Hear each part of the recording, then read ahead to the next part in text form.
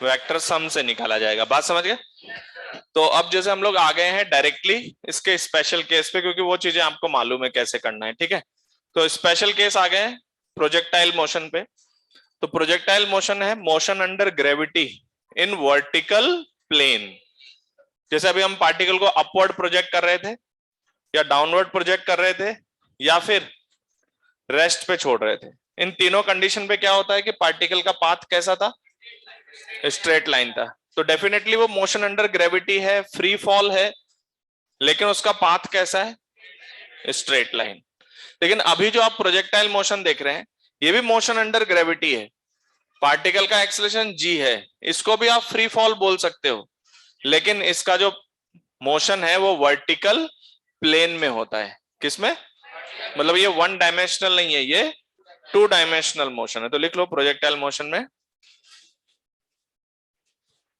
देखो it is the two dimensional motion, it is the two-dimensional motion in vertical plane, in vertical plane. It is the two-dimensional motion in vertical plane under gravity, under gravity। यानी air resistance को हमने क्या किया हुआ है? Neglect किया हुआ है, ठीक है। ब्रैकेट में लिख दो नेग्लेक्ट एयर रेजिस्टेंस,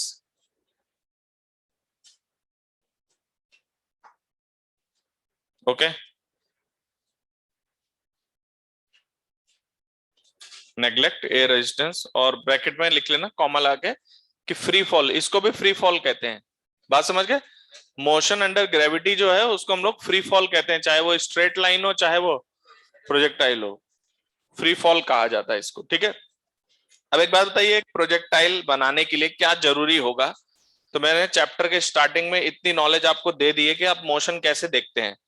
तो मैंने आपको बताया था initial velocity zero, vertically up और वर्टिकली डाउन, इसका पाथ स्ट्रेट लाइन होगा। तो क्या हम इस वेलोसिटी को किसी एंगल पे प्रोजेक्ट करें? किससे? एक्सीलरेशन से। किससे? अगर एक्सीलरेशन के डायरेक्शन में या अपोजिट डायरेक्शन में या रेस्ट, इन तीनों पर कैसा पाथ है? Straight path. तो आपको एक्सीलरेशन से किसी वेलोसिटी पे प्रोजेक्ट करना पड़ेगा, यस और नो? तो नीचे लिखो for projectile motion, for projectile motion initial velocity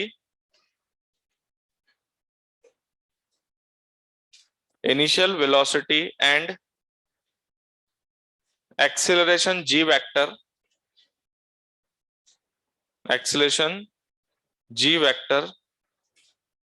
must have some angle between them। सही बात है क्या? must have some angle between them। अगर ऐसा नहीं है तो पाथ कैसा होगा? स्ट्रेट लाइन होगा। तो यू जीरो भी नहीं ले सकते आप। अगर कोई कह दे कि प्रोजेक्टाइल मोशन कराना है, ये पार्टिकल को छोड़ दो, तो क्या होगा? स्ट्रेट लाइन पाथ पे जाएगा। तो इनिशियल वेलोसिटी देना मस्ट है, और क्या होगा साथ के साथ? किसी एंगल पे देना। अब वो आप ऐसे भी दे सकते हो, ऐसे भी दे सकते हो, ऐसे भी दे सकते हो, आपकी मर्जी पड़े जैसे दे सकते हो, लेकिन वेलोसिटी और एक्सीलरेशन के बीच में कोई एंगल होना चाहिए। तो एक्सीलरेशन वर्टिकली डाउनवर्ड है जी। तो चलो एक बार सोच लेते हैं कि क्या सिचुएशन होगी इसमें। जैसे मान लो ये ग्राउंड है, मान लो मैंने कहीं से भी पार्टिकल को प्रोजेक्ट किया, मान लो इसकी इनिशियल वेलोसिटी मैंने ऐसे प्रोवाइड किया, और डाउनवर्ड एक्सीलरेशन कितना है? जी। क्या ये वर्टिकली डाउनवर्ड है? ओके। तो इस एक्सीलरेशन का काम है वेलोसिटी को बदलना, वेलोसिटी को बदलना, और वेलोसिटी का काम है पाथ को ट्रेवल कराना। तो बताइए dt टाइम बाद पार्टिकल थोड़ा सा आगे बढ़ेगा u के डायरेक्शन में, सही बात है। और एक्सीलरेशन के कंपोनेंट का काम होगा इस वेलोसिटी को बदलना। तो एक्सीलरेशन का एक कंपोनेंट आएगा टेंजेंशियल और एक नॉर्मल। इधर देखो, इस समय पर इसका at इतना है और an इधर है। तो ये तो क्या करेगा? वेक्टर घुमाएगा। तो नीचे घुमाएगा या ऊपर? मैंने आपको सिखाया था यहां से इसका सेंटर ऑफ कर्वेचर डिसाइड होगा, उससे इसको सर्कल पे घुमा के ले जाएगा dt टाइम के लिए, और टेंजेंशियल एक्सेलरेशन वेलोसिटी के ऑपोजिट डायरेक्शन में है, तो क्या होगा, वेलोसिटी को थोड़ा, तो dt टाइम बाद क्या होगा पता है, वेलोसिटी का एंगल थोड़ा नीचे आ जाएगा, और स्पीड डाउन हुई या अप हुई, स्पीड डाउन हो गई। अच्छा, अब ये वेलोसिटी और एक्सेलरेशन का एंगल फिर बदल गया, बताओ क्या आपको लगता है टेंजेंशियल नॉर्मल एक्सेलरेशन की वैल्यू में चेंज आया होगा? आवाज नहीं आई, क्योंकि वेलोसिटी ऐसे है, एक्सेलरेशन हमेशा नीचे ही है, बट वेलोसिटी लगातार अपनी डायरेक्शन बदल रहा है, तो टेंजेंशियल नॉर्मल लगातार बदलेंगे, लेकिन नेट एक्सेलरेशन कांस्टेंट है इसका, नेट एक्सेलरेशन कांस्टेंट है, किस डायरेक्शन में, वर्टिकली डाउनवर्ड।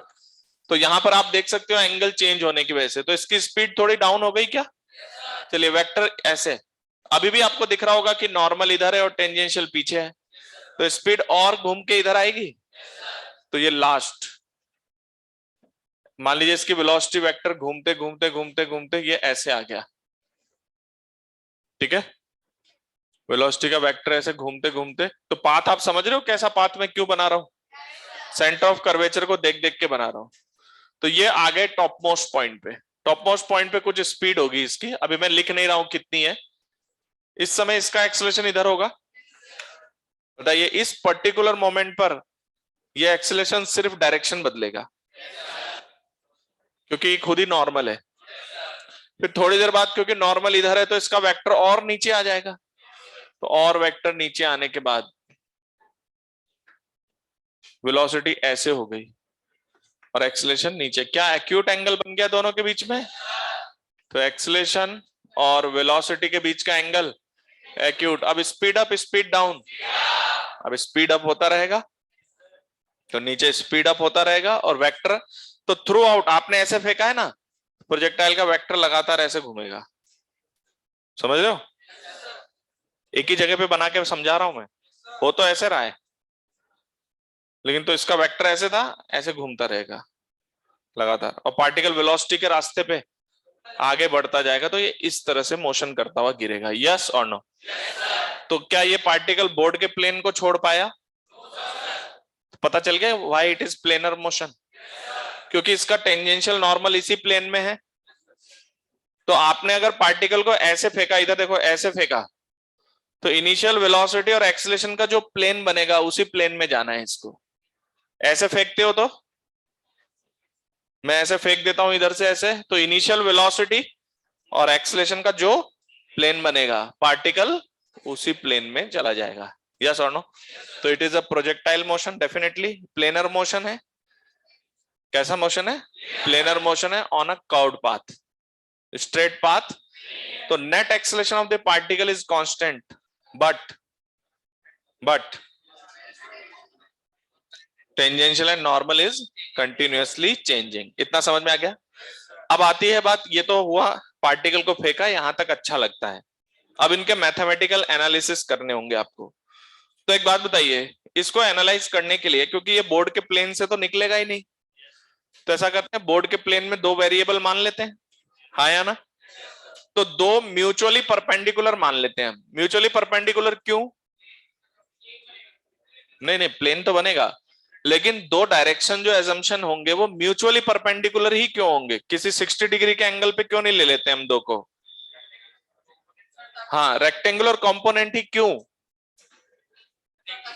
जैसे मैं बताता हूं आपको, आप अगर दो म्यूचुअली परपेंडिकुलर लेंगे तो y वाले को x से कोई मतलब, और x वाले को, ये मुझे पता कैसे चला? मुझे पता है कि मान लो मैं यहाँ x और y लिख दूंगा, तो आपको पता है जब मैं एक्सप्रेशन में वेक्टर लगाऊंगा तो आई कैप को आई कैप से ही मतलब होगा, जे कैप को और के कैप को, आई का जे में कोई रोल। तो अगर आप ये कहो कि सर हमने दो डायरेक्शन ले ली, एक इधर ले लिया एक इधर ले लिया, दोनों 60 डिग्री पर है, दोनों एनालाइज करके सॉल्व कर लें तो गलत हो जाएगा। क्यों? क्योंकि 60 डिग्री का अगर एंगल लेते हो तो वो दोनों एक दूसरे पर डिपेंडेंट आ जाएंगे, तो हमें क्या करना है?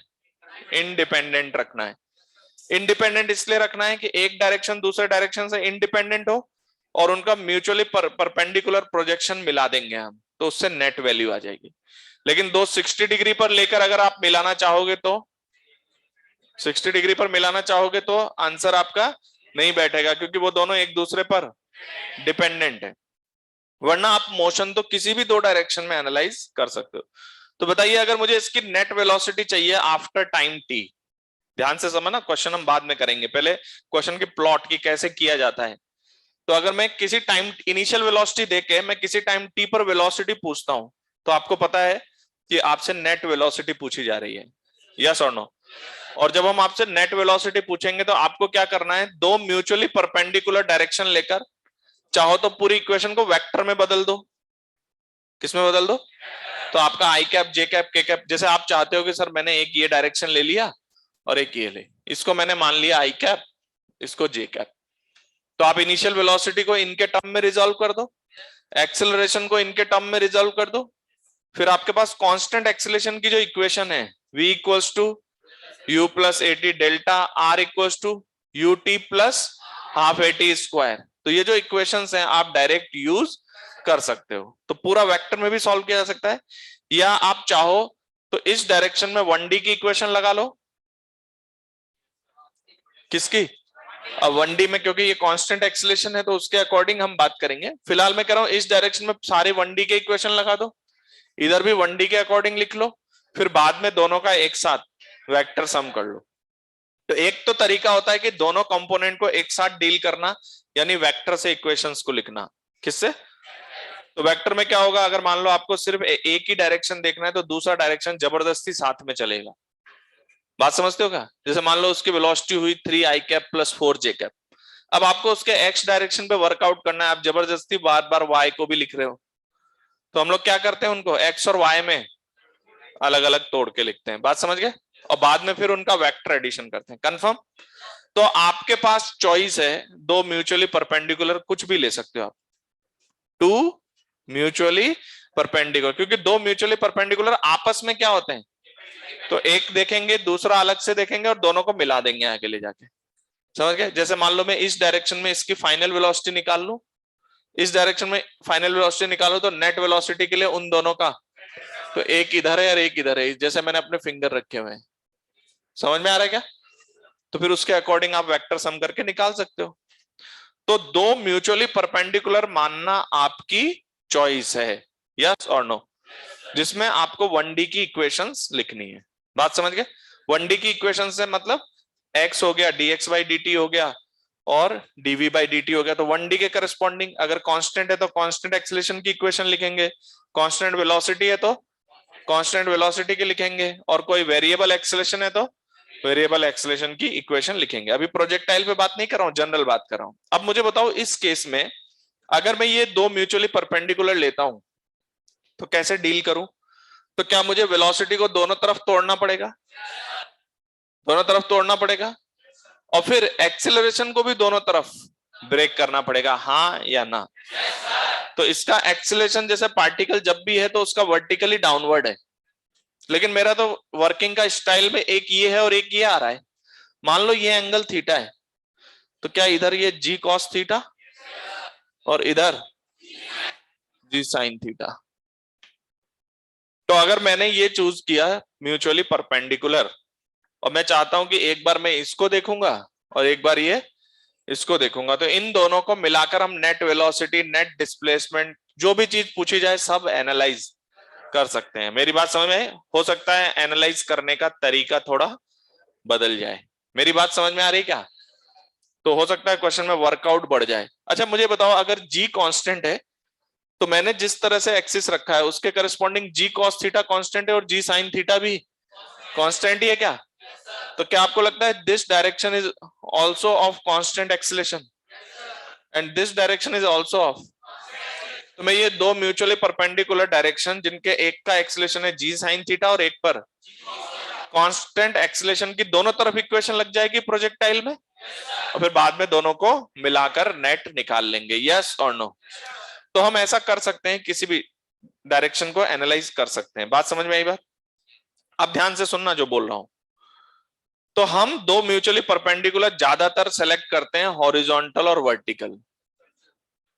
हॉरिजॉन्टल और वर्टिकल, उसमें एक रीजन है।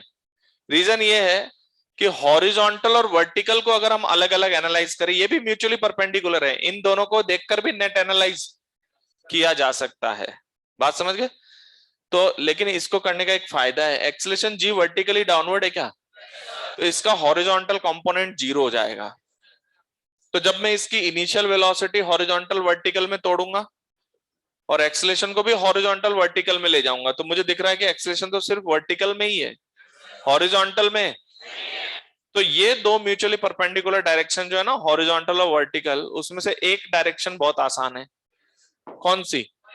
हॉरिजॉन्टल, क्योंकि पार्टिकल की हॉरिजॉन्टल वेलोसिटी में कोई चेंज नहीं आएगा। It will move with the constant velocity because the component of acceleration is 0।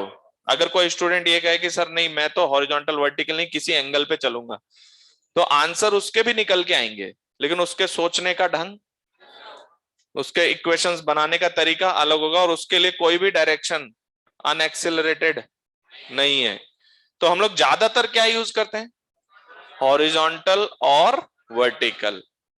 अच्छा, हॉरिजॉन्टल वर्टिकल दोनों बातें क्यों बोल रहे हैं पता है? जैसे मान लो आप पार्टिकल को किसी भी डायरेक्शन में एनालाइज कर सकते हो। यहाँ कितनी डायरेक्शन है? जैसे मान लो मैं आपसे कह दूं कि हॉरिजॉन्टल से 45 डिग्री के करस्पॉन्डिंग जाके मुझे वेलोसिटी बताइए एट एनी टाइम टी, तो आपको नेट थोड़ी पूछा है मैंने। मैंने क्या पूछा है आपसे? हॉरिजॉन्टल से 45 डिग्री पे, तो आप इनिशियल वेलोसिटी को लगाओ हॉरिजॉन्टल से 45 पे, एक्सीलरेशन को लगाओ हॉरिजॉन्टल से 45 पे, और उस डायरेक्शन का मोशन एनालाइज कर लो, हाँ या ना? फिर मैंने थोड़ी देर बाद कहा कि हॉरिजॉन्टल से 30 डिग्री वाला एनालाइज करो, आपने वो भी कर दिया। लेकिन क्या इन दोनों को मिला के नेट आएगा? नहीं आएगा, क्योंकि ये दोनों एक दूसरे के म्यूचुअली परपेंडिकुलर। तो याद रखना, ये जो म्यूचुअली परपेंडिकुलर वर्ड बार बार आएगा ना आपके सामने, वो आएगा नेट को डिफाइन करने के लिए।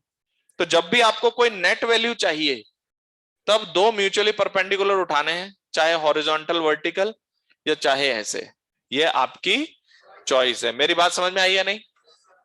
और अगर मैं कोई भी डायरेक्शन एनालाइज करने के लिए कहता हूं, तो आपका वो कंपोनेंट डिस्कस हो रहा है, बस नेट डिस्कस नहीं हो रहा है। तो आप चाहो तो इस डायरेक्शन में एनालाइज करो, चाहे इस डायरेक्शन में, किसी भी डायरेक्शन में एनालाइज कर सकते हो। लेकिन जब नेट की बात होगी, तो फिर ऐसा नहीं कि सर मैंने ये वाला निकाल लिया और ये वाला निकाल लिया, अब दोनों मिला रहा हूं, नहीं। तो मिलाने के लिए दोनों को म्यूचुअली, वरना वो दोनों एक दूसरे पर डिपेंडेंट आ जाएंगे। बात समझ गए क्या? तो नेट निकालने के लिए म्यूचुअली परपेंडिकुलर एनालाइज करना है, और चाहो तो आप किसी भी डायरेक्शन में कंपोनेंट एनालाइज कर सकते हो। बात समझ गए? और ऐसे म्यूचुअली परपेंडिकुलर मिलाने से नेट की वैल्यू आ जाएगी। क्या ये क्लियर है सबको? तो जो आपकी हैबिट है ना जनरली प्रोजेक्टाइल में, कि सिर्फ हॉरिजॉन्टल और वर्टिकल देख सकते हैं, ऐसा कोई जरूरी नहीं है। आपकी मर्जी पड़े कोई भी दो डायरेक्शन लो, लेकिन हो सकता है कि उसको समझने का तरीका अलग हो जाए। कैसे? जैसे मैं बताता हूं। जैसे आपको मैक्सिमम हाइट निकालना है, क्या करते हो आप लोग? क्या मैक्सिमम हाइट निकालना नेट का पार्ट है या कोई जनरल पार्ट है? कोई जनरल एनालिसिस है? तो आपने अगर हॉरिजॉन्टल और वर्टिकल सेलेक्ट किया, तो सबको ये बात पता है कि जब तक वर्टिकल वेलोसिटी है ऊपर जाएगा ही जाएगा। तो मान लो मैक्सिमम हाइट निकालना है, तो आपका थॉट क्या है कि सर जब तक वर्टिकल वेलोसिटी है तब तक, क्या उसके लिए हॉरिजॉन्टल पर कोई रेस्ट्रिक्शन है? तो आप एक डायरेक्शन डिस्कस कर रहे हैं, ओनली कंपोनेंट। समझ गए क्या? तो आप वर्टिकल डायरेक्शन एनालाइज करके मैक्सिमम हाइट की कंडीशन निकालने के लिए वर्टिकल वेलोसिटी को 0 करके फिर जो पूछा जाएगा वो निकालेंगे। यस और नो? लेकिन मान लो कोई स्टूडेंट बोले कि नहीं सर मैं तो हॉरिजॉन्टल वर्टिकल पे तो जाऊंगा ही नहीं, मुझे तो एंगल पे ही रहना है, तो अब ये बेचारा कैसे निकालेगा मैक्सिमम हाइट? मैं बताता हूं ये कैसे निकालेगा मैक्सिमम हाइट। तो ये इस डायरेक्शन को भी देखेगा, फिर इस डायरेक्शन को भी देखेगा, फिर क्या निकालेगा? दोनों पे जाके नेट वेलोसिटी निकालेगा, फिर नेट वेलोसिटी निकाल के उसका कंपोनेंट लेगा किधर? वर्टिकल में, और कहेगा कि अगर ये कंपोनेंट 0 है तो ये जगह उसकी क्या होगी? Maximum height. ध्यान से सुनते रहना, कॉम्प्लिकेटेड हो रहा है मामला। फिर उसको मैक्सिमम हाइट चाहिए, तो वो अब हाइट कैसे निकाले? अभी तो टाइम आया है, क्या है? टाइम। कि कहां पर कैसे निकाला उसने टाइम? दोनों वेलोसिटी निकाल लिए, ये और ये, और इन दोनों के कौन से कंपोनेंट मिलाए उसने? वर्टिकल। और उसको क्या कर दिया? क्योंकि कंडीशन तो वही है कि मैक्सिमम हाइट वहीं आएगा जहां पर उसकी वेलोसिटी, वर्टिकल वेलोसिटी जीरो हो जाएगी, समझ गए। पर क्योंकि उसका वर्किंग स्टाइल बहुत अजीब सा है और उसके वर्किंग स्टाइल में डायरेक्ट उसको कुछ मिल नहीं रहा है, तो उसने क्या किया कि सर मैं हॉरिजॉन्टल वर्टिकल में ही रहूंगा, मुझे मतलब अगर उसने कहा कि हॉरिजॉन्टल से और वर्टिकल से ये एंगल लेकर ही डिस्कशन करना है मुझे, तो फिर उसके पास चॉइस खत्म हो गई। तो वो पहले नेट वेलोसिटी निकालेगा, फिर नेट वेलोसिटी का कौन सा कंपोनेंट जीरो करेगा, वहां से टाइम आएगा। फिर यहां से अगर हाइट चाहिए तो फिर यहां से वो पहले डिस्प्लेसमेंट निकालेगा, तो डिस्प्लेसमेंट भी इधर भी निकालेगा फिर इधर भी निकालेगा, फिर नेट डिस्प्लेसमेंट आएगा। फिर वो कहेगा कि सर ये नेट डिस्प्लेसमेंट का जो वर्टिकल है ना ये है हाइट, तो क्या उसको बहुत मेहनत करनी पड़ रही है, समझ में आई बात। तो कोई, एक मिनट रुक जाओ मुझे पूरा करने दो पहले। तो अगर आप इसमें अलग अलग डायरेक्शंस लेते हैं तो हो सकता है नेट एनालाइज करने के लिए या कोई डिस्कशन करने के लिए वो पार्ट बहुत ज्यादा टिपिकल हो जाए। बात मेरी समझ में आई या नहीं। वरना एनालाइज तो हम किसी भी डायरेक्शन को कर सकते हैं, अगर उसको एनालाइज करने से कुछ फायदा है तभी एनालाइज करेंगे, अगर कोई फायदा नहीं है तो फिर कोई मतलब नहीं है, वरना अननेसेसरी हम मैथमेटिकल कॉम्प्लिकेशंस बढ़ा रहे हैं हमारे लिए। यस और नो। लेकिन जैसे मान लो कभी आपसे ये कहा गया कि एक पार्टिकल ऐसे उड़ता हुआ जा रहा है, बताइए उसकी वेलोसिटी इनिशियल वेलोसिटी की परपेंडिकुलर कब होगी, उसकी वेलोसिटी इनिशियल वेलोसिटी की परपेंडिकुलर कब होगी, बात समझ गए। तो एक मिनट रुक जाओ, तो आप चाहो तो पहले वर्टिकल और हॉरिजॉन्टल से उसकी नेट वेलोसिटी निकाल लो, फिर उस नेट वेलोसिटी पे कंडीशन लगा सकते हो। मेरी बात समझ में आ रही, क्या लगेगा वो मैं क्वेश्चन में बताऊंगा। लेकिन अगर कोई ये कहता है कि सर मुझे ये चाहिए कि इसकी फाइनल वेलोसिटी ना इस इनिशियल वेलोसिटी के परपेंडिकुलर कब होगी, ठीक है, तो क्या आपको लगता है कि जब इसकी वेलोसिटी इसके परपेंडिकुलर आएगी तो उसका ये कंपोनेंट जीरो हो जाएगा। कौन सा कंपोनेंट, इनिशियल वेलोसिटी के तरफ। जैसे आपका पार्टिकल मान लो ऐसे उड़ा, उड़ के इधर आया, तो आपने कहा कि इसकी वेलोसिटी इधर है और इसकी वेलोसिटी इधर है, क्या ये दोनों नेट है, लेकिन इन दोनों में कितना एंगल बनना चाहिए, 90 बनना चाहिए। तो इसको एनालाइज करने का एक तरीका है हॉरिजॉन्टल वर्टिकल निकाल के नेट निकाल के सोचना। या मैं क्या कर रहा हूं पता है, मुझे दिख रहा है कि अगर इसकी वेलोसिटी इनिशियल इधर है तो बताओ इसके पैरेलल क्या इस वेलोसिटी का कंपोनेंट इधर जीरो है क्या। तो मुझे लग रहा है अच्छा इस पार्ट को एनालाइज करने के लिए तो हम एक कंपोनेंट से भी काम चला सकते हैं, और वो एक कंपोनेंट कौन सा है, वेलोसिटी के अलोंग। तो मैं क्या करूंगा, इनिशियल वेलोसिटी के अलोंग और परपेंडिकुलर, हालांकि परपेंडिकुलर से मुझे मतलब नहीं क्योंकि मैं नेट की बात, मैं तो अलोंग डिस्कस करके आंसर निकाल सकता हूं, बात समझे कि नहीं। तो वो हमारी चॉइस रहेगी। तो हम ज्यादातर कौन से दो डायरेक्शन सेलेक्ट करने वाले हैं, हॉरिजॉन्टल वर्टिकल मिलाकर नेट निकालना बस, और कंपोनेंट के लिए किसी भी डायरेक्शन को आप एनालाइज कर सकते हैं, बात समझ गए कि नहीं। लेकिन नेट निकालने के लिए भी आप किसी भी डायरेक्शन को यूज कर सकते हैं, लेकिन एक यूज करोगे तो दूसरा उसके परपेंडिकुलर ही लेना होगा। बात मेरी समझ में आई या नहीं। तो हमारे लिए प्रोजेक्टाइल में जब ये पार्टिकल मूव करेगा तो हॉरिजॉन्टल और वर्टिकल हमारे लिए ज्यादा मायने रखेगा नेट निकालने के लिए, क्योंकि इन दोनों से मिलाकर सॉल्व करने पे क्वेश्चन थोड़ा इजी है। Because the horizontal and vertical, तो कौन सी डायरेक्शन है, हॉरिजॉन्टल, और ये वर्टिकल, तो दो म्यूचुअली परपेंडिकुलर से नेट मिलता है, और उसके लिए अगर हम हॉरिजॉन्टल वर्टिकल ले लें तो नेट एक्सीलरेशन किधर, तो क्या ये एक्सीलरेशन सिर्फ वर्टिकल में है और डायरेक्शन डाउनवर्ड, और हॉरिजॉन्टल एक्सीलरेशन जीरो। तो ये बहुत अच्छा होगा, हॉरिजॉन्टल मोशन कांस्टेंट वेलोसिटी से चलेगा, यस और नो, और vertical motion with constant acceleration in vertically. अब आप प्लस मानते हो या माइनस मानते हो उसके करस्पॉन्डिंग आप इसको रखेंगे। और अगर आपको कोई डायरेक्शन एनालाइज करनी है तो आप उस डायरेक्शन पे सारे कंपोनेंट डिस्कस कर सकते हो, यस और नो। तो यहां पर ये लिख लो, इसके बाद रिमार्क लिख लीजिए कि हॉरिजॉन्टल मोशन इज अनएक्सेलरेटेड या कांस्टेंट वेलोसिटी का होगा।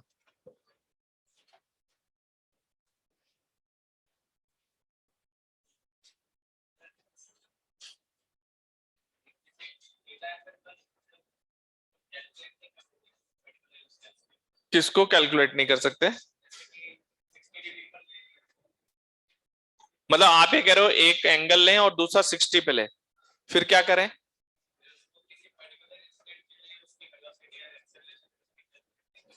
कैलकुलेट कर सकते हैं, लेकिन उन दोनों से जो फाइनल वैल्यूज निकालोगे ना, उन दोनों के वेक्टर सम से नेट वैल्यू नहीं आएगी आपके पास। समझ गए? नेट निकालने के लिए म्यूचुअली परपेंडिकुलर लेना होता है, क्योंकि म्यूचुअली परपेंडिकुलर एक दूसरे से इंडिपेंडेंट होते हैं। अगर किसी एंगल पे होंगे तो एक दूसरे पर उनका रोल आएगा, एक दूसरे पे रोल आएगा, तो नेट वैल्यू डायरेक्ट आप वेक्टर सम से नहीं निकाल सकते। भाई इसका मतलब ये हुआ, पता है क्या? जैसे मान लो एक वेक्टर आपका आई कैप है और एक जे कैप है, आपने लिखा V X I plus V Y J, ठीक है? तो क्या आपको लगता है आई को कभी जे से मतलब नहीं है? वेक्टर इक्वेशन लिखोगे तो आई आई के साथ जाएगा और जे जे के साथ। लेकिन मान लीजिए एक आपने आई कैप लिया और दूसरा आपने लिया जे कैप की तरफ नहीं, आपने लिए यहां से 60 डिग्री पर, तो यहां पर जो वैल्यू आप लिखोगे उसमें कॉस 60 आई कैप और साइन 60, तो क्या आई कैप वाला यहां मिक्स नहीं होगा इसके साथ? समझ में आ रहा है कि नहीं? तो उन दोनों को डायरेक्ट मिला देने से नेट वैल्यू नहीं आ पाएगी, क्योंकि एक दूसरे पर उनका डिपेंडेंसी है। बात समझ गए क्या? और म्यूचुअली परपेंडिकुलर यानी इसको इससे मिला देंगे तो हमारे पास आंसर क्रिएट हो जाएगा। नहीं आएगा जब मैं बोल रहा हूं बार बार, तो तुम क्यों उसको लाने के चक्कर में पड़े हो? तुम्हें कैसे पता आ जाएगा? खड़े हो, मैं डांट नहीं रहा हूं, मतलब आपको कैसे, आपने कहा ना आ जाएगा, पहले इस बात को साबित करो तब अगली बात करो, वरना नहीं। वेक्टर एडिशन तो करते हैं, लेकिन यहां पर ये वेक्टर एडिशन ऐसा नहीं है कि फोर्स में फोर्स को जोड़ा जा रहा है, आप उसकी वेलोसिटी निकालना चाहते हो, नेट, है ना? तो नेट वेलोसिटी आप कैसे निकाल रहे हैं? दो म्यूचुअली परपेंडिकुलर, क्योंकि इंडिपेंडेंट है, ये अलग डायरेक्शन है और ये अलग, तो इसकी कैलकुलेशन अलग है, इसकी कैलकुलेशन। मैं ये थोड़ी कर रहा हूं कि फोर्स से फोर्स को मिला के फोर्स निकाल रहा हूं, ऐसा काम नहीं हो रहा है। हम यहाँ नेट वैल्यू को निकालने के लिए दो अलग डायरेक्शन एनालाइज करेंगे। एक बात बताओ, अगर आपने एक डायरेक्शन सेलेक्ट किया और उसमें दूसरे डायरेक्शन का रोल है, तो फिर कैसे बचोगे? दूसरे डायरेक्शन का रोल आ रहा है ना? नहीं आ रहा है।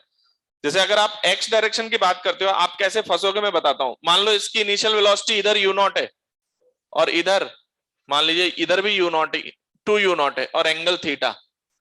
अब आप इस डायरेक्शन में v equal to u plus a t लगा रहे हो, क्या ये वेलोसिटी ले सकते हो? क्यों? क्योंकि इसका कंपोनेंट भी तो है, क्योंकि इन दोनों का रिजल्टेंट है ना नेट। तो नेट लेके हॉरिजॉन्टल वेलोसिटी निकालने के लिए उसमें तो इसका भी रोल है, तो क्या आप इसको अलग और इसको अलग मिलाकर नेट निकाल सकते हो? नहीं निकलेगा। समझ गए क्या? लेकिन अगर मैं म्यूचुअली परपेंडिकुलर लेता हूं तो बहुत अच्छी बात है, क्योंकि इसकी नेट वेलोसिटी ये है, देखो अब मैं ये डायरेक्शन एनालाइज कर रहा हूं ना, इसको कोई फर्क नहीं पड़ेगा, क्योंकि इसका कंपोनेंट इधर गिर ही नहीं रहा है, इसलिए आपके इंडिपेंडेंट होंगे। नीचे लिख लो, the horizontal motion in projectile will be, the horizontal motion in projectile will be with constant velocity. और दूसरी लाइन में लिखे, the vertical motion, the vertical motion will be with uniform acceleration g, and vertical motion with uniform acceleration g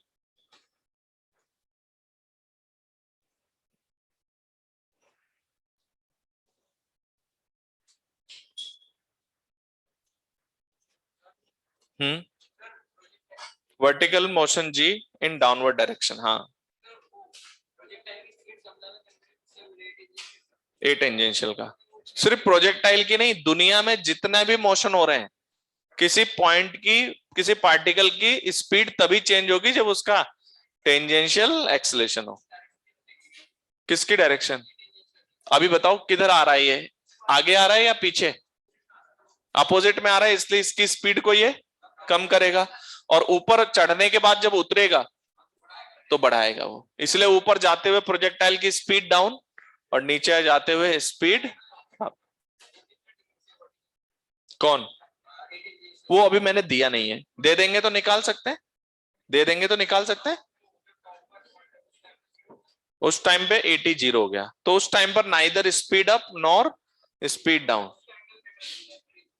बिल्कुल, अगर tangential acceleration आएगा तो speed change होगी। बात समझ गए?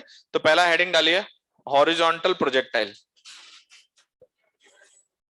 सही मायने में पता है, जिसको आप लोग बोलते हो ना फिजिक्स कंसेप्चुअल सब्जेक्ट है, ये पढ़ा दिया मैंने प्रोजेक्टाइल। अब हिम्मत है तो कर लो, शीट पूरी दे रहा हूं अभी, और मैं इसके आगे कुछ भी यूज नहीं करूंगा। अब क्या यूज होगा पता है? जो मैं बोलता हूं कि कंडीशन सोचो, कंडीशन क्या होगी। बात समझ गए? Equation and concept complete. अब कभी मैक्सिमम हाइट पूछ रहा है, इंक्लाइन प्लेन पे प्रोजेक्टाइल है, तो अब सिर्फ आपको किन पे विचार करना है, कंडीशंस क्या क्या है, रेंज किसको कहेंगे, कब मैक्सिमम हाइट आएगी, तो अब कंडीशंस पर इक्वेशंस बनाई जाएगी बस। अगर एज अ कॉन्सेप्ट बात करें तो कांस्टेंट एक्सीलरेशन है, और दो म्यूचुअली परपेंडिकुलर से आप नेट निकाल सकते हो। अब क्वेश्चन आपसे जो पूछे वो आप निकाल सकते हैं। बात समझ गए क्या? अब रेंज क्या होता है, टाइम ऑफ फ्लाइट क्या होता है, वो तो आप थोड़ा बहुत जानते ही हो, है ना। बाकी कंसेप्चुअली यही चीजें हैं कि नेट एक्सीलरेशन कांस्टेंट है, और दो म्यूचुअली परपेंडिकुलर से नेट आप कुछ भी एनालाइज कर सकते हैं। बट अब हम आपको कह रहे हैं कि ज्यादा अच्छा होगा अगर किसको देखें, हॉरिजॉन्टल, और क्योंकि एक डायरेक्शन आसान हो जाएगी। ठीक है, तो अब हम बात कर रहे हैं कौन सा प्रोजेक्टाइल। तो now we are going for the special cases of projectile. Horizontal projectile कौन है? जिसमें आप पार्टिकल को हॉरिजॉन्टली प्रोजेक्ट करेंगे। तो मुझे बताइए, ये टावर है ना, यहां से आपने प्रोजेक्ट किया, क्योंकि हॉरिजॉन्टली ऐसे जमीन से फेंक देंगे तो कोई मतलब नहीं निकलेगा, तो थोड़ा छत पे जाके फेंकना पड़ेगा। तो ये आपने एक क्लिफ के थ्रू हॉरिजॉन्टली कितनी वेलोसिटी से फेंका, यू, ओके, और ये आगे ऐसे, क्या ऐसा ही मोशन है? क्या through out the motion speed up?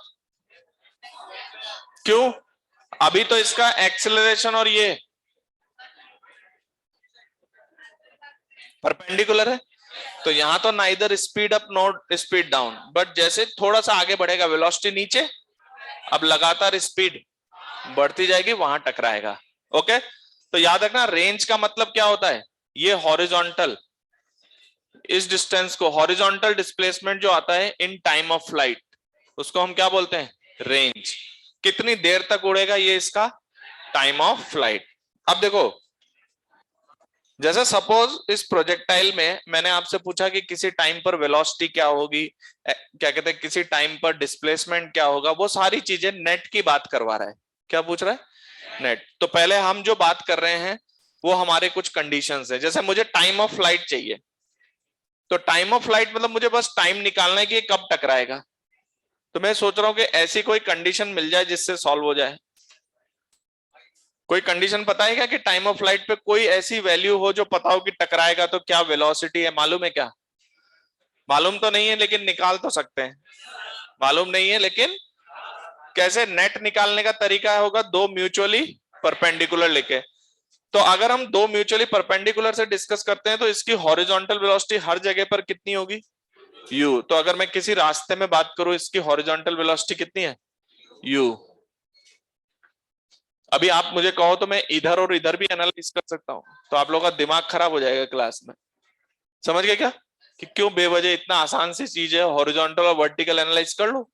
तो बताइए, हॉरिजॉन्टल मोशन कांस्टेंट वेलोसिटी, तो एट एनी टाइम टी पर भी हॉरिजॉन्टल कंपोनेंट तो यही रहेगा, लेकिन अभी नेट नहीं आया है।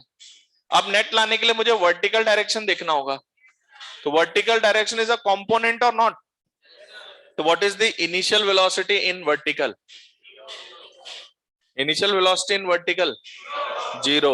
तो सिर्फ अगर वर्टिकल में बात करें, मैं वर्टिकल डायरेक्शन डिस्कस कर रहा हूं, and that is v equals to u plus at। Vertical में मैंने डाउनवर्ड को क्या माना हुआ है, आपकी मर्जी है, अपवर्ड प्लस मान सकते हो आप, मुझे कोई दिक्कत नहीं, जैसे आप मानेंगे वैसे आपके इंटरप्रिटेशन होंगे। तो यहां पर आपको वेलोसिटी चाहिए, तो v इक्वल्स टू u कितना, क्योंकि ये कौन सा कंपोनेंट है, सब वर्टिकल कंपोनेंट है सारे, तो ये zero plus acceleration plus g into T, तो ये इसका वर्टिकल कंपोनेंट ऑफ वेलोसिटी आ गया। और हॉरिजॉन्टल आपको पता है, और नेट के लिए अब कोई दिक्कत नहीं है क्योंकि प्लेनर मोशन है, तो दो म्यूचुअली परपेंडिकुलर मिलाकर इसकी नेट वेलोसिटी आ जाएगी, जैसा कि अभी आपसे क्वेश्चन में पूछा नहीं गया है। अभी हम सिर्फ रेंज और टाइम ऑफ फ्लाइट निकालेंगे। तो क्या इसकी नेट वेलोसिटी निकल जाएगी? इसको मत बनाओ। तो नेट वेलोसिटी जो है वो किन दोनों का वेक्टर सम है? u और gt का vector sum. Confirm? Net velocity आ गई। अच्छा, इसका डिस्प्लेसमेंट कितना है यहां से यहां तक? यहां तक का डिस्प्लेसमेंट, तो क्या डिस्प्लेसमेंट वेक्टर क्वांटिटी है? तो आपका vector joining initial point two the final point displacement होगा, और उसके लिए आप पहले हॉरिजॉन्टल डिस्प्लेसमेंट निकाल लो, और बाद में हॉरिजॉन्टल डिस्प्लेसमेंट आएगा u इंटू टी, वर्टिकल आएगा हाफ जी टी स्क्वायर। इन दोनों का वेक्टर सम करके नेट डिस्प्लेसमेंट मिल जाएगा। यस और नो? क्योंकि अभी मुझे क्या चाहिए, सिर्फ मुझे रेंज और टाइम ऑफ फ्लाइट चाहिए। तो उसके लिए मैं सिर्फ रेंज और टाइम ऑफ फ्लाइट कैसे निकाला जाएगा उस पर कॉन्सेंट्रेट कर रहा हूं। बताइए, क्या इनिशियल से जब यहां टकराएगा तो पार्टिकल का नेट डिस्प्लेसमेंट ये होगा, लेकिन इसकी एक वैल्यू मुझे पता है, vertical. How much it is? Equal to the height of tower. तो अगर हाइट अगर पता हो तो टाइम निकल जाएगा फटाफट। यस और नो? तो हाइट देखने के लिए मैं वर्टिकल मोशन एनालाइज कर रहा हूं, और वर्टिकल मोशन के लिए delta Y equals to U T plus half A T square. बताइए, at the T equals to time of flight delta Y equal to plus minus plus, because I am taking downward as initial velocity in vertical. समझ गए? Plus half G T square, time of flight T equals to under root two H by, ये क्या है इसका? Time of flight. समझ गए क्या? ये आ गया टाइम ऑफ फ्लाइट। तो टाइम ऑफ फ्लाइट जो निकालने के लिए मुझे सिर्फ वर्टिकल का ये पार्ट पता हो, इसी से सॉल्व हो जाएगा। इसके बाद मुझे क्या चाहिए? Horizontal range. तो हॉरिजॉन्टल रेंज नेट डिस्प्लेसमेंट है या क्या है? हॉरिजॉन्टल रेंज यहां से यहां तक की दूरी है। अब मैं इसको मोशन से अगर रिलेट करूं तो पार्टिकल का t equals to time of flight तक जितना डिस्प्लेसमेंट होगा उसका हॉरिजॉन्टल कंपोनेंट जितना होगा वो रेंज है। तो मुझे नेट की बात नहीं करनी है, मुझे सिर्फ हॉरिजॉन्टल कंपोनेंट की बात करनी है। So I am going for the horizontal component. तो हॉरिजॉन्टल कंपोनेंट पे delta X equals to you T लिख दिया मैंने डायरेक्ट। क्यों? क्योंकि एक्सेलेरेशन नहीं है, तो delta X equals to U T. तो हॉरिजॉन्टल डिस्प्लेसमेंट जब T equals to time of flight होगा तो डेल्टा एक्स आपका रेंज हो जाएगा। तो your range equals to U into time of flight, कितना? Under root two H by G. ये लीजिए, ये हॉरिजॉन्टल प्रोजेक्टाइल का टाइम ऑफ फ्लाइट रेंज है। वेरी गुड, रेंज है और ये टाइम ऑफ फ्लाइट है। कंफर्म? अब इनमें बहुत सारी चीजें पूछी जा सकती है, वो नेट भी हो सकती है, कुछ और भी हो सकती है। समझ गए? तो अब हम एक क्वेश्चन लिखेंगे, उसके थ्रू बहुत सारी चीजें पूछी जा सकती है। तो ये दोनों बातें याद रह जाएगी, time of flight and range. Time of flight is under root two h by g and range is u into time of flight. U t zero कैसे हुआ मतलब? थोड़ा जोर से बोलो। हाँ, delta x equal to you t कैसे हुआ? ये ये ये जीरो कैसे हुआ? इसकी नेट वेलोसिटी किधर है? हॉरिजॉन्टल। तो हॉरिजॉन्टल वेलोसिटी का vertical component, net velocity horizontal है इसलिए उसका वर्टिकल कंपोनेंट जीरो, क्योंकि हम उसके परपेंडिकुलर डिस्कस कर रहे हैं।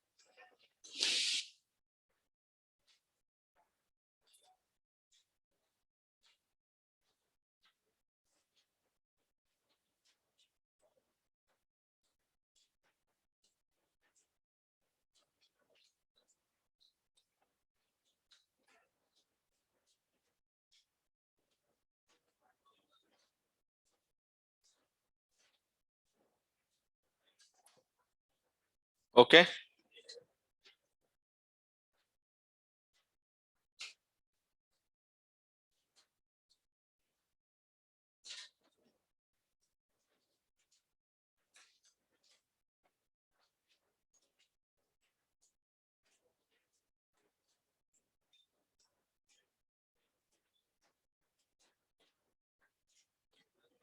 ओके,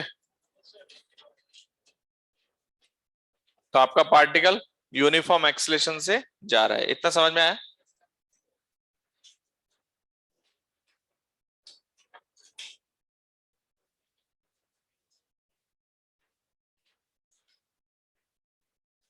ठीक है, एक क्वेश्चन लिखिए, a particle is projected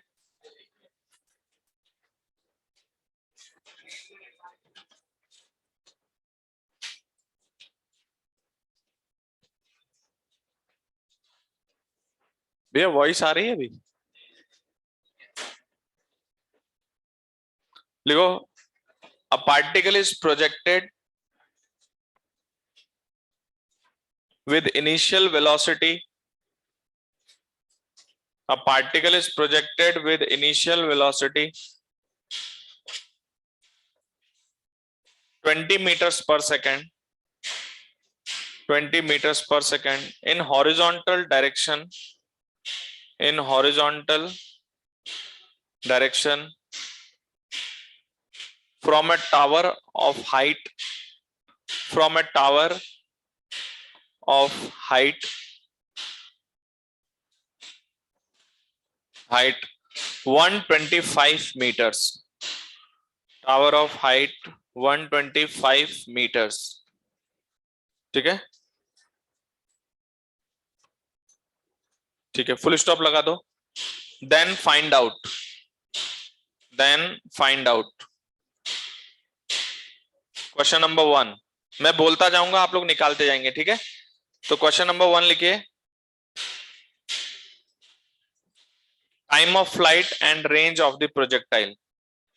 time of flight and range of the projectile, फटाफट लिख दो.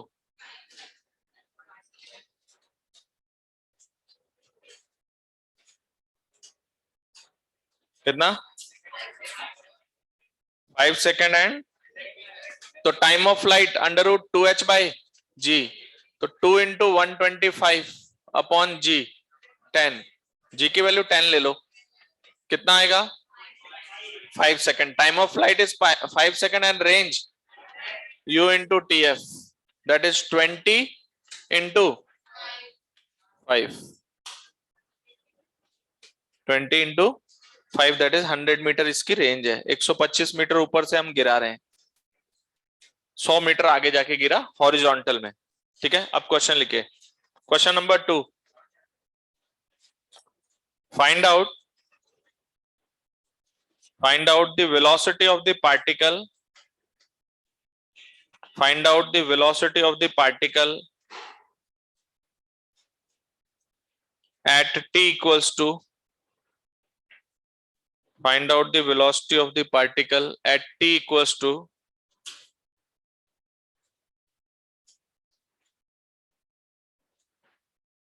3 second, t equals to 3 second, and displacement of particle from, and displacement of particle from,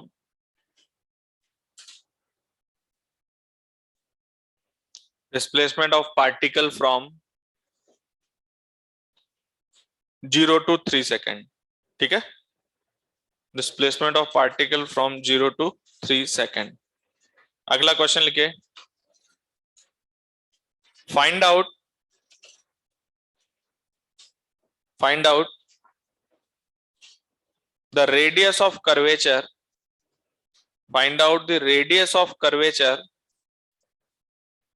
of path of the particle, of path of the particle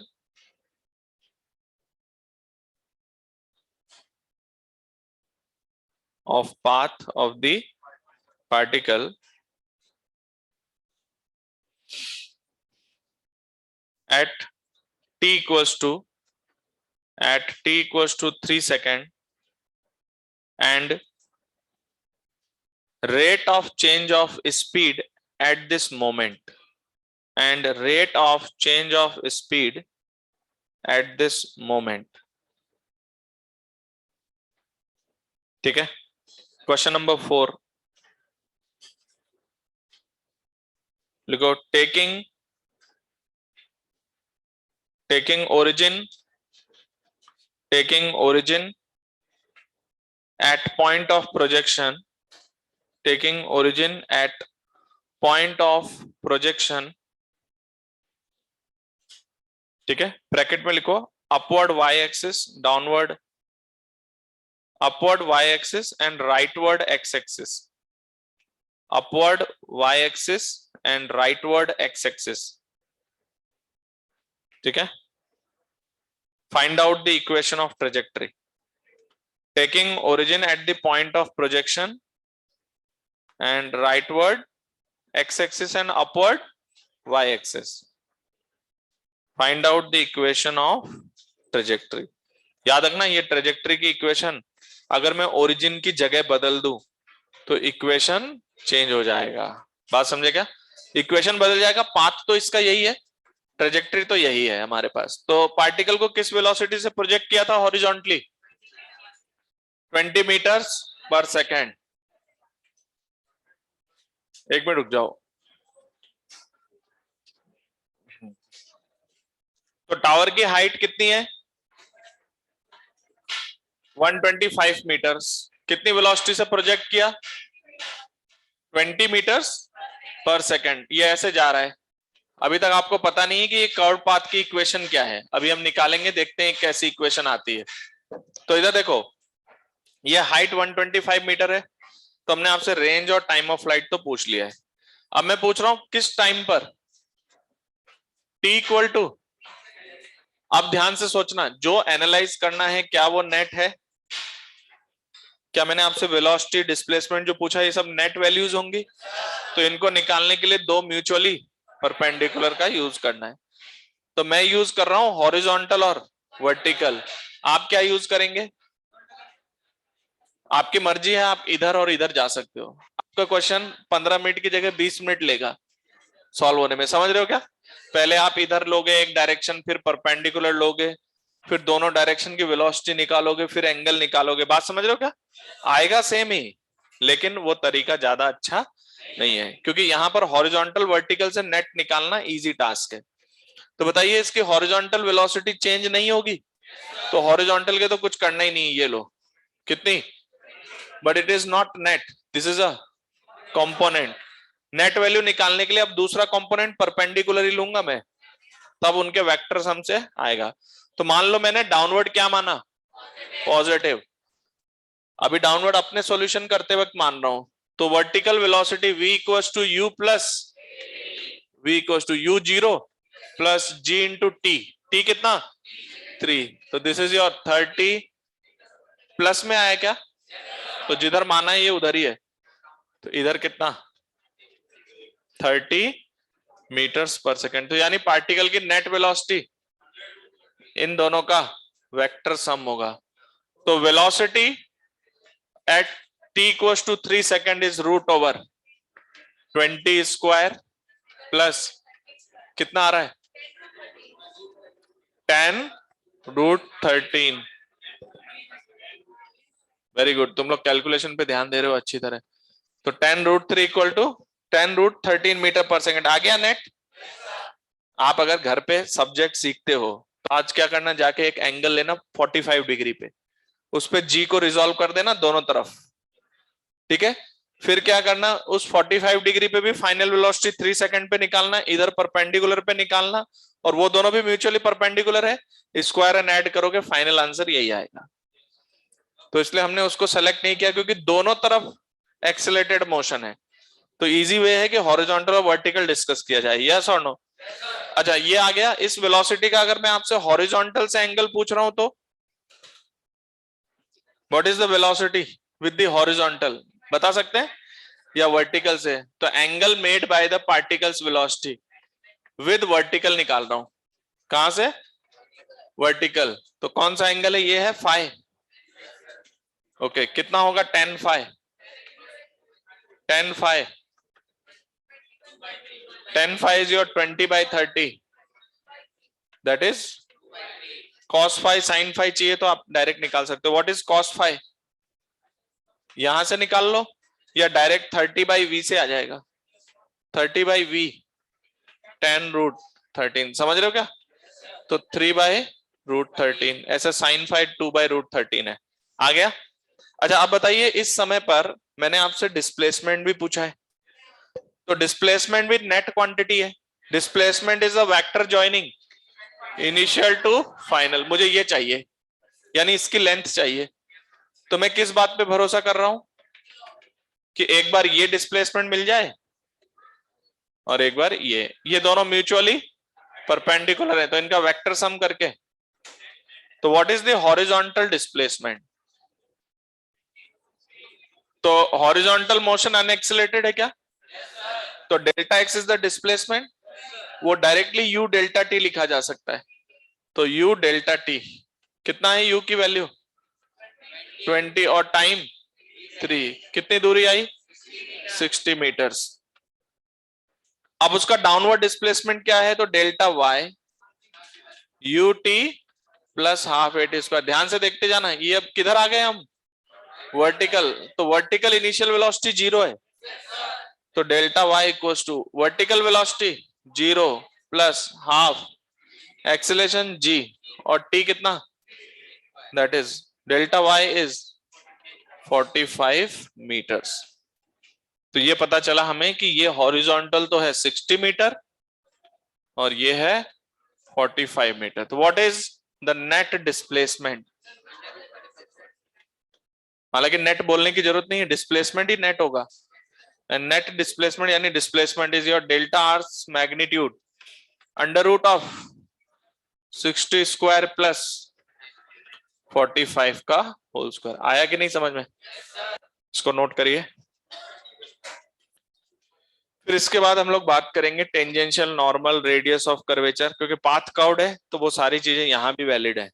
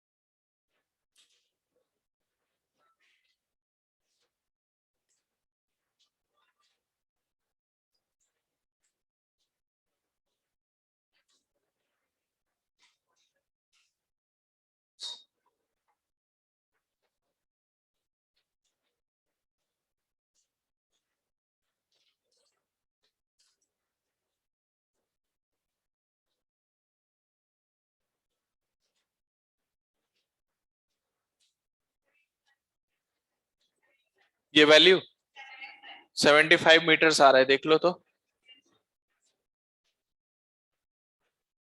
जो भी आएगा मैंने यहां छोड़ दिया है। ओके,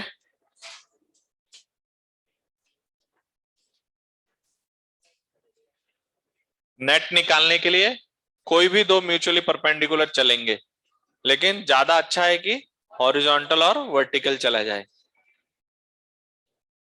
और कंपोनेंट निकालना है तो जिस डायरेक्शन की बात करें सीधा उसी डायरेक्शन में चले जाओ, उस डायरेक्शन की इनिशियल वेलोसिटी और उस डायरेक्शन का एक्सीलरेशन दोनों देख लो। कंफर्म? अच्छा, इसके बाद मैंने आपसे क्या पूछा, 3t = 3 सेकंड पे क्या चाहिए हमें, रेडियस ऑफ कर्वेचर, और एक बता रहा है rate of change of speed. तो इन दोनों को आप पहचानते हो, rate of change of speed जो है वो टेंजेंशियल एक्सीलरेशन होता है, यस और नो? और रेडियस ऑफ कर्वेचर निकालने के लिए मैंने आपको नॉर्मल एक्सीलरेशन पढ़ाया था, और वो होता है speed square upon rho equals to an। अब देखो ये पता है तभी हम सॉल्व कर पाएंगे, वरना नहीं सॉल्व कर पाएंगे, क्योंकि वापस थ्योरी का पार्ट वही आ गया। टेंजेंशियल एक्सीलरेशन, नॉर्मल एक्सीलरेशन दोनों पूछा जा रहा है, और मैंने आपको बोला था या तो हम स्पीड को डिफरेंशिएट करके निकाल सकते हैं। तो एक लेंदी तरीका तो ये हुआ कि टाइम का फंक्शन बनाओ, स्पीड का फिर डिफरेंशिएट करो। मैंने कहा इतना नहीं करेंगे। क्या वेलोसिटी आ गई है आपके पास, एंगल वगैरह भी आ गया क्या? तो आपसे जिस टाइम पे मैंने पूछा है उस टाइम पर वेलोसिटी कितनी है, 10 13 मीटर्स पर सेकंड, पहले ये यही है, और आपको पता है इसका एक्सीलरेशन वर्टिकली डाउनवर्ड g है, तो यहां पर ये एंगल कितना है फाई, जो हम निकाल चुके हैं। तो क्या इसका tangential acceleration g cos phi और normal acceleration g sin phi, समझ गए? तो g cos फाई वेलोसिटी के डायरेक्शन में है या अपोजिट डायरेक्शन में है? तो देखो क्वेश्चन ने पूछा है rate of change of speed, तो जब मुझे ये rate of change of speed देना होगा तो वो 80 होगा और वो g, लेकिन प्लस या माइनस? प्लस। अगर मान लो ये अपोजिट आ रहा होता ना, तो क्योंकि क्वेश्चन ने बोला है कि it is the rate of change of speed, तो आपको प्लस या माइनस सोच के जवाब देना है। स्पीड बढ़ रही है तो प्लस, स्पीड घट रही है तो minus, then this is your plus g cos phi. g तो है 10 और cos फाई 3/√13, समझ गए? अब मैंने नॉर्मल एक्सीलरेशन निकाला, that is g sin phi, ये पूछा नहीं गया है, तो g तो है 10 और sin फाई 2/√13, तो ये आ रहा है 20/√13। याद रखना इसकी यूनिट है मीटर्स पर सेकंड स्क्वायर और इसकी भी। तो ये आपका एक्सीलरेशन आ गया नॉर्मल और टेंजेंशियल। अब क्या पूछा है? रेडियस ऑफ कर्वेचर निकालने के लिए स्पीड भी चाहिए होगी आपको, because your an is v²/ρ, then the value of ρ equals to v²/an। देखो तो v क्या था? तो v था 10√13 का होल स्क्वायर, 10√13 का होल स्क्वायर अपॉन an 20/√13। कर लोगे सॉल्व? तो your answer of radius of curvature at this moment is, radius of curvature at this moment that is 100/25, 65√13 metre. समझ रहे हो? उस टाइम पर इतने बड़े रेडियस का सर्कल यूज कर रहा है वो चलने के लिए। रेडियस ऑफ कर्वेचर का मतलब समझाया था मैंने, उस इंस्टेंट पर जिस सर्किल पे चलता है उसका, इस टाइम पर उसके सर्किल का रेडियस है 65√3 मीटर्स, √13 मीटर्स, 65√13 मीटर्स। नोट कर लिया? फटाफट लिखिए।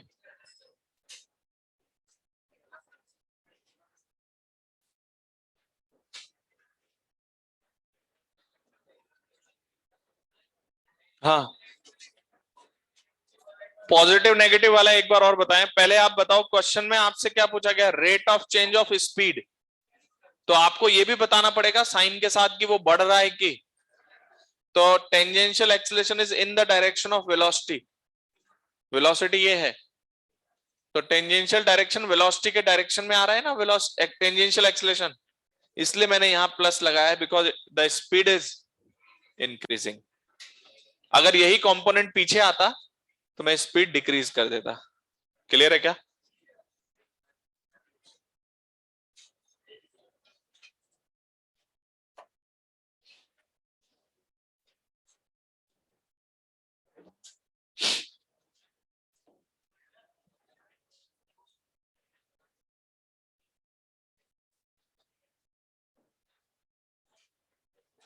नोट कर लिया?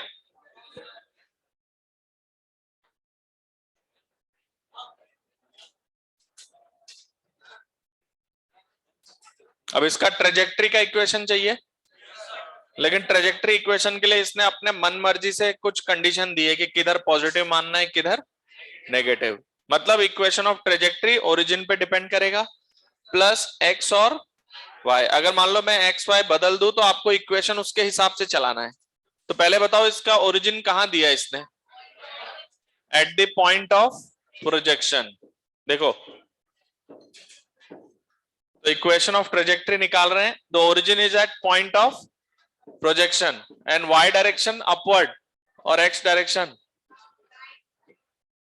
एक मिनट, अब मुझे इक्वेशन ऑफ ट्रेजेक्ट्री का मतलब एक्स और वाई में रिलेशन लाना है। तो आपके पास एक्स इनिशियल वाई इनिशियल कितना है? एक्स इनिशियल भी 0 और वाई इनिशियल भी 0, क्योंकि आप याद रखना आपके पास इक्वेशन एक्स निकालने की नहीं है, आपके पास इक्वेशन डिस्प्लेसमेंट निकालने की है। डिस्प्लेसमेंट है डेल्टा एक्स और डेल्टा वाई। तो बताइए delta x in horizontal direction, किस डायरेक्शन में? हॉरिजॉन्टल में। क्या डेल्टा एक्स डायरेक्ट लिख सकता हूं u इंटू टी? तो u कितना है, सॉरी x फाइनल x और x इनिशियल 0। u कितना है मेरे पास 20 into T, 20 into t. T कितना? एट एनी टाइम t, तो x की वैल्यू 20t। अब आपको किधर बात करनी है? Vertical. Delta y equals to you t. पहले तो फॉर्मूला लिख रहे हैं लेकिन यहां गड़बड़ कर दिया मैंने। अपवर्ड इज टेकन एज, तो delta y equals to U T तो 0 लेकिन minus half G T square.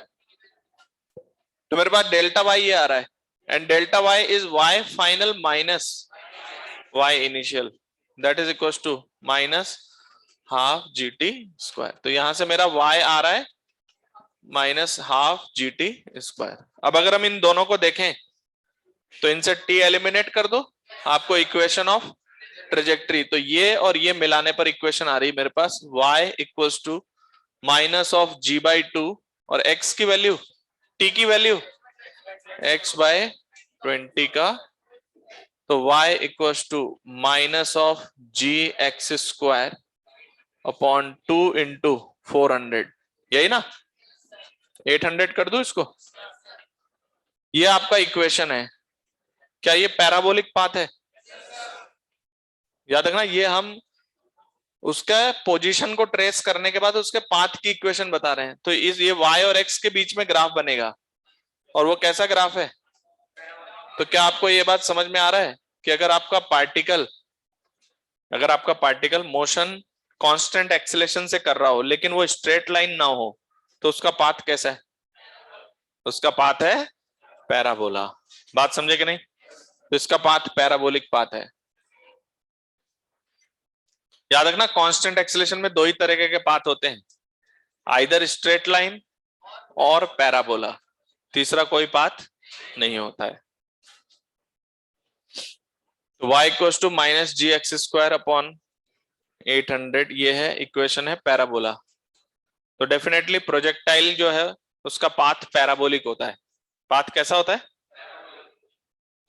इस इक्वेशन से बोल रहे हैं, क्या कहते हो? y equals to minus of some constant into x square. ये किस तरीके का फंक्शन है? पैराबोलिक। एक की पावर 1 है, दूसरे का स्क्वायर है, एक क्वाड्रेटिक है, एक लीनियर है। तो इसका मतलब y जो है वो क्वाड्रेटिक इक्वेशन से शो हो रहा है, इसलिए आपका पैराबोलिक पाथ होगा। समझ में आ गया क्या?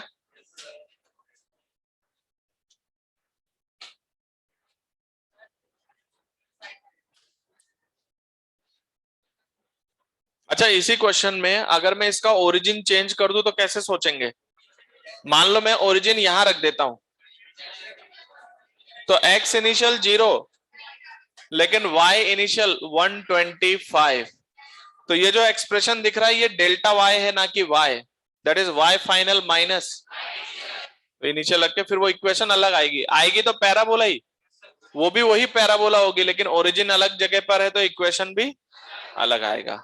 बात समझ गए? चलिए नेक्स्ट लिखे प्रोजेक्टाइल फ्रॉम द ग्राउंड। अब हम पार्टिकल को कहां से फेंकेंगे? ग्राउंड से। लिखिए प्रोजेक्टाइल फ्रॉम द ग्राउंड।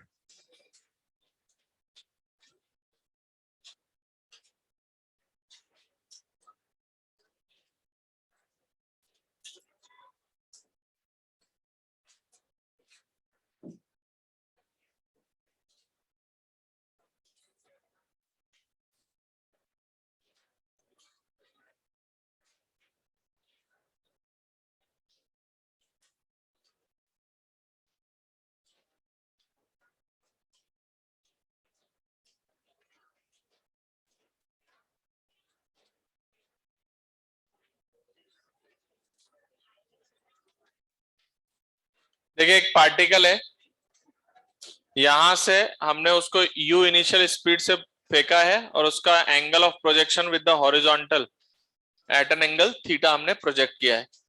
तो क्या आपको पता है ये वर्टिकल प्लेन में है और पहले इसका वेलोसिटी वेक्टर नीचे आएगा, फिर आता हुआ ऐसे टकरा जाएगा, ऐसे जाके ऐसे टकराएगा।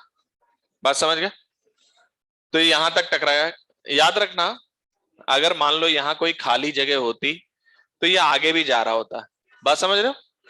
लेकिन अभी क्योंकि ग्राउंड टू ग्राउंड प्रोजेक्टाइल है तो वहां से फेंका, यहां तक आ गया आपका पार्टिकल। तो इस प्रोजेक्टाइल के लिए ये जो होता है, दिस इज योर रेंज। ये क्या है? ये है एच मैक्स। और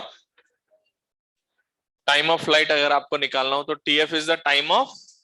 अब आपको पता है क्या कि इस प्रोजेक्टाइल में इधर जाते वक्त हॉरिजॉन्टल वेलोसिटी तो वही रहेगी, लेकिन वर्टिकल वेलोसिटी चेंज होगी। तो जाते हुए वी वाई घटेगा। और ये टॉप जो देख रहे हो, यहां पर इसकी नेट वेलोसिटी ये u cos थीटा है। ये u कितना है?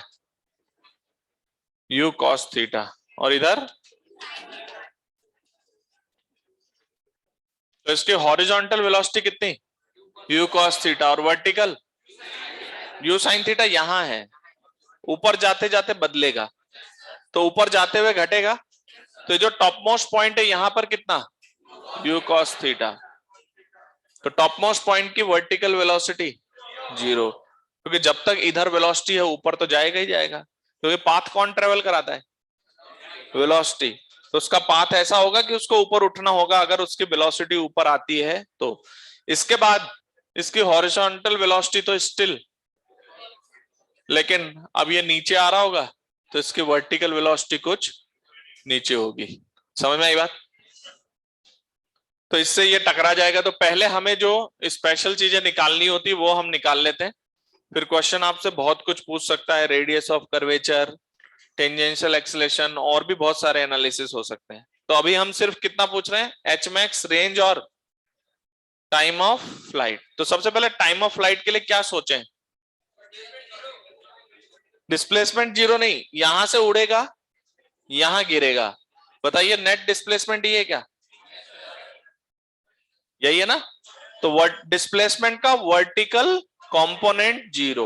तो इन वर्टिकल, वर्टिकल में किसको पॉजिटिव ले रहे हैं? अपवर्ड्स। क्या ले रहे हैं? पॉजिटिव। पहले मैं बता देता हूं, हम लोग इसके लिए ज्यादा कुछ चेंजेस नहीं करेंगे। हमने ये एक्स एक्सिस ले लिया, ये वाई एक्सिस ले लिया, और पार्टिकल को प्रोजेक्ट कहां से किया? ओरिजिन से, क्योंकि इसी कंडीशन में हम लोग ट्रेजेक्टरी की इक्वेशन याद भी करेंगे। तो बताओ क्या आएगा? अपवर्ड अगर पॉजिटिव लेते हैं तो अपवर्ड मोशन आपको दिख रहा है कि वर्टिकल एक्सेलरेशन g है, तो इनिशियल वेलोसिटी, तो अपवर्ड डायरेक्शन में डिस्प्लेसमेंट लिखेंगे हम ut plus half at square. ये एट एनी टाइम t पर है वैल्यू। तो your delta y equals to u sine theta, upward positive है ना, इसलिए u sine theta t minus half gt square. ये डिस्प्लेसमेंट है। तो मुझे पता है कि t equals to time of flight पे पार्टिकल वापस जमीन पे गिरेगा, तो दैट इज इक्वल्स टू 0 कर दे। तो इसको 0 करने पे मेरे पास रिलेशन आएगा कितना? 0 equals to 2u sorry u sine theta t minus half G T square. तो देखो यहां से t के दो रूट आ रहे हैं, एक तो t इक्वल टू 0 क्योंकि वहीं से चला था, और दूसरा जो टाइम आ रहा है that is 2u sine theta upon g। समझ रहे हो क्या? तो ये आपके पास टाइम ऑफ फ्लाइट आया है। समझ गए? तो टाइम ऑफ फ्लाइट का फॉर्मूला आपको याद होना चाहिए 2u साइन थीटा बाई जी। अब बताओ ये किस पे डिपेंडेंट है? वर्टिकल कंपोनेंट पे सिर्फ। u sine theta is the vertical component of initial velocity. इसको हॉरिजॉन्टल कंपोनेंट से मतलब, अगर आप vertical component u sine theta रखते हो तो इसकी हाइट ये आएगी। हॉरिजॉन्टल कंपोनेंट क्या है इससे इसको मतलब नहीं है। बात समझ गए? और अगर हमें रेंज चाहिए हो तो रेंज क्या होगा?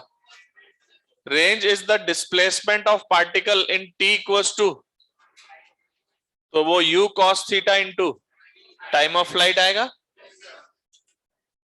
तो हॉरिजॉन्टल डायरेक्शन में हमारे पास डेल्टा x कितना? u cos theta into t. चलो एक स्टेप और लिख देते हैं, नहीं तो रेंज जो है वो हॉरिजॉन्टल डायरेक्शन से निकलेगी, और हॉरिजॉन्टल डायरेक्शन में डेल्टा एक्स किसके बराबर है? Horizontal velocity into time. और अगर आपको t equals to time of flight रख दोगे तो क्या आ जाएगा? Range u cos theta into time of flight. Direct लिख दूं, कितना आएगा? 2u sin theta by G. तो रेंज आएगा u square sin 2 theta by G. यही है। तो आपका रेंज एनालाइज हुआ है u square sine 2 theta by G. इसको हॉरिजॉन्टल और वर्टिकल दोनों से मतलब है क्या? यहाँ हॉरिजॉन्टल वेलोसिटी आ रही है u cos थीटा, और टाइम ऑफ फ्लाइट में वर्टिकल भी आ रही है। समझ रहे हो? रेंज आ गया आपके पास, टाइम ऑफ फ्लाइट आ गई।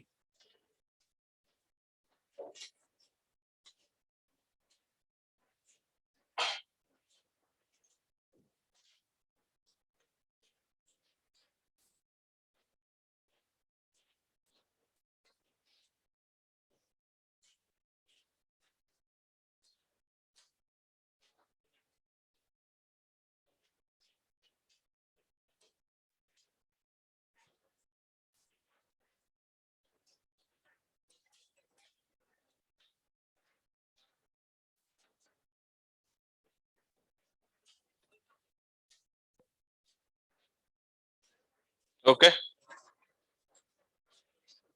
Are equals to you square sine 2 theta by जी।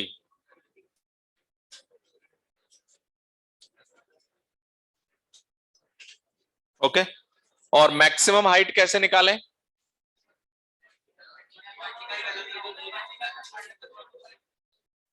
नहीं, वर्टिकल वेलोसिटी जहां जीरो होगी वहां तक का वर्टिकल डिस्प्लेसमेंट वो होगा एच मैक्स। क्योंकि देखो वर्टिकल वेलोसिटी यहां जीरो है, तो इसका डिस्प्लेसमेंट ये है। ध्यान रखना, डिस्प्लेसमेंट ये है, लेकिन इस डिस्प्लेसमेंट का कौन सा कंपोनेंट? तो vertical component of displacement when it's vertical velocity is zero. तो वेलोसिटी और डिस्प्लेसमेंट को रिलेट कर ले क्या? तो वर्टिकल डायरेक्शन में vy equals to v square equals to plus 2a delta y। v square zero, initial velocity u sine theta का whole square minus 2g delta y। जो ये डेल्टा y आएगा यही एच मैक्स है, u square sine square theta by 2g। तो हमारे पास H max आएगा जो ग्राउंड से आएगा, that is u square sine square theta upon 2। तो अगर आपका particle ground to ground projectile कर रहा है तो एच मैक्सिमम की वैल्यू आ रही है u square sine square theta upon 2g।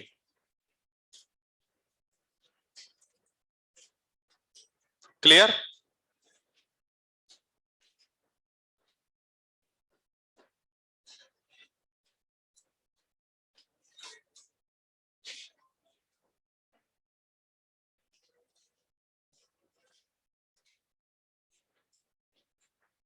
ठीक है,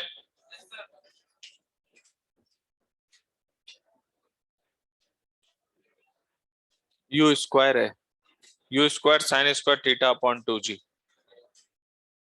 ओके, अच्छा देखो टाइम ऑफ फ्लाइट भी वर्टिकल वेलोसिटी पर डिपेंडेंट है, और एच मैक्स भी। तो आप जितना ज्यादा वर्टिकल कंपोनेंट लेंगे उतना ज्यादा हाइट टच होगा, ये बात सही है। और जो रेंज है उसमें ये हॉरिजॉन्टल वेलोसिटी है और ये वर्टिकल, ये दोनों का रोल होता है। बात समझ गए? अच्छा, हम इसकी इक्वेशन ऑफ ट्रेजेक्टरी निकाल रहे हैं किसकी हेल्प से? एक्स और वाई इनिशियली ओरिजिन लेकर। तो याद रखना आपके पास इक्वेशन एक्स वाई की नहीं है, आपके पास इक्वेशन है डेल्टा एक्स और डेल्टा वाई। तो x initial y initial zero है क्या? तो यहां से इक्वेशन ऑफ ट्रेजेक्टरी आएगी हमारे पास, that will be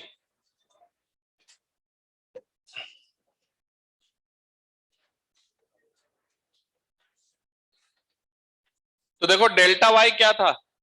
u sine theta T minus half G T square, इसको मैंने लिख दिया y माइनस 0, और डेल्टा x हमारे पास है u cos थीटा t, जो किसके बराबर है x माइनस 0। आपको रिलेशन किस में चाहिए, x और y में, तो यहां से t को निकालो x upon u cos theta और यहां रख दो, तो यहां से मेरे पास आएगा y equals to u sine theta, t की value x upon u cos theta minus of half g और t स्क्वायर, t कितना x upon u cos theta का। तो ये इक्वेशन याद होनी चाहिए, y equals to x tan theta minus g x square upon 2u square cos square theta. अरे समझ गए, this is the equation of, इसमें हम लोग कुछ ज्यादा चेंजेस नहीं करते हैं, हमेशा ओरिजिन वही लेंगे उसके करस्पॉन्डिंग। समझ में आई बात?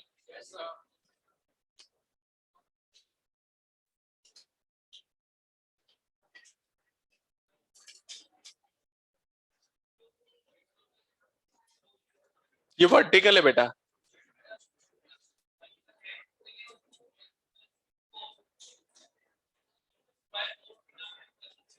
नहीं कर सकते हैं आप, वन माइनस कॉस स्क्वायर लिखना चाहो लिख दो, ऐसे नहीं होता, फिर वन भी तो है। हाँ मतलब इधर देखो, मेरी बात कहने का पर्पज ये है, बैठ जाओ, आप कह रहे हो कि भाई साइन स्क्वायर को कॉस स्क्वायर कर देंगे तो हॉरिजॉन्टल वेलोसिटी, तो डेफिनेटली बात तो वही आएगी ना, कि जैसे मान लो आपने किसी यू स्पीड पे किया, तो अगर उसका वर्टिकल कंपोनेंट जितना ज्यादा होगा उतनी हाइट ज्यादा होगी, या इसको ऐसे बोल दो कि हॉरिजॉन्टल कंपोनेंट जितना कम होगा उतना वर्टिकल कंपोनेंट ज्यादा होगा। बात समझ गए ना? तो बेसिकली डिपेंडेंसी किस पर है, अगर हम देखें, अगर मैं आपसे ये कहता हूं दो अलग अलग प्रोजेक्टाइल है कोई भी स्पीड हो, और कंपेयर करो कि उनकी हाइट किसकी ज्यादा होगी किसकी कम होगी, तो किस पे फोकस करोगे? कह दो जिसका वर्टिकल कंपोनेंट ज्यादा है ना। डेफिनेटली आप हॉरिजॉन्टल भी बना सकते हो इसको, समझ गए क्या, पर वो वन माइनस होगा ना, तो उसके करस्पॉन्डिंग बना दो। तो मेरा कहने का मतलब है हॉरिजॉन्टल देखकर नहीं, वर्टिकल को देखकर हम डिसाइड करेंगे। हाँ बिल्कुल, उसके लिए मैं इनविटेशन नहीं लिखूंगा सबको कि भाई याद रखना है, t equals to 2u sine theta by G याद रखना है, इक्वेशन ऑफ ट्रेजेक्ट्री याद रखना है, रेंज याद रखना है, time of flight H max, ये सब याद होना चाहिए। ओके, नीचे एक रिमार्क लिखिए,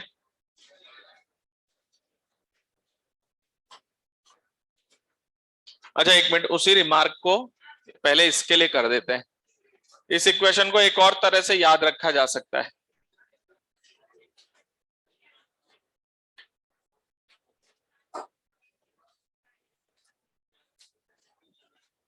देखो इधर y equals to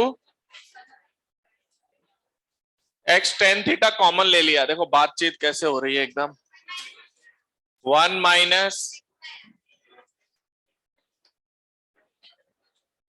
to you square cos square theta और divided by x tan theta. Okay, ये आ गया हमारे पास। अब इसको सिंप्लीफाई करें तो x बचेगा, sine theta upon cos theta, एक कॉस थीटा कट जाएगा, तो बेसिकली y बच रहा है आपके पास x tan theta one minus x by r. क्या ये रेंज है? तो आप r की वैल्यू देख सकते हो, यहां क्रिएट हो गया, तो इस फॉर्मेट में भी याद रख सकते हैं।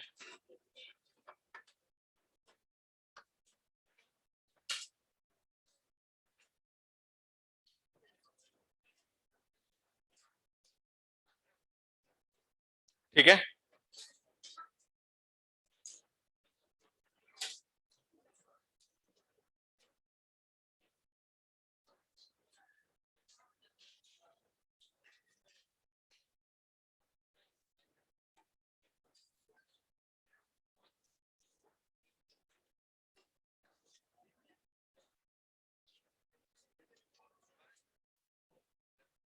क्या हुआ, ये गड़बड़ है तो,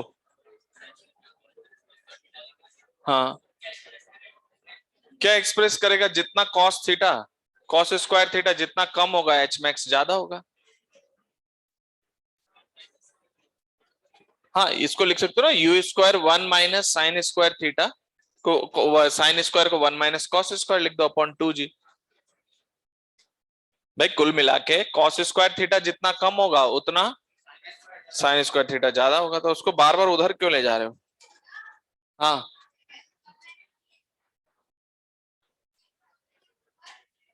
हाँ, ये x से x कटेगा और यहां पर ये बन जाएगा आपका। होमवर्क नोट करें नेक्स्ट क्लास का।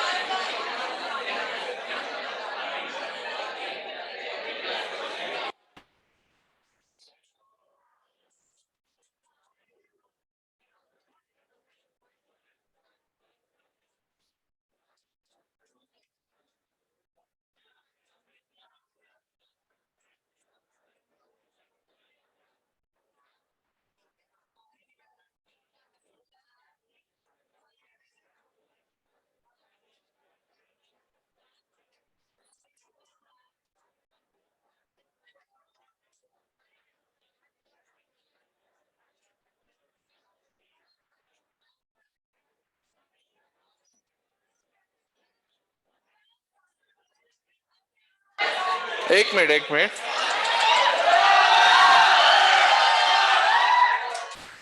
1 मिनट 1 मिनट, कौन चिल्ला रहा है ये, 1 मिनट, उसको खड़ा करो। 1 मिनट, आ जाओ इधर, आ जाओ इधर, ऑन रिकॉर्ड आ जाओ, इधर आ जाओ। कितने क्वेश्चन है ये गिनो जरा, मतलब संडे आएगा एक बीच में, है ना। भाई कल भी है क्या अपनी क्लास। हाँ कल संडे है, तो मतलब 1 मिनट, बीच में एक संडे आ रहा है और हम 25 क्वेश्चन देने में ऐसे चिल्ला रहे हैं। जबकि जबकि है ना, सुनो, आइडिया लेने आते हैं सर मुझे दिन भर में कितने क्वेश्चन करने चाहिए। 1 मिनट, दिन भर में कम से कम फिजिक्स के कम से कम 80 क्वेश्चन करने चाहिए आपको रोज, और ये मैंने कितना दिया है अभी, 25 क्वेश्चन हैं। Okay, thank you for today.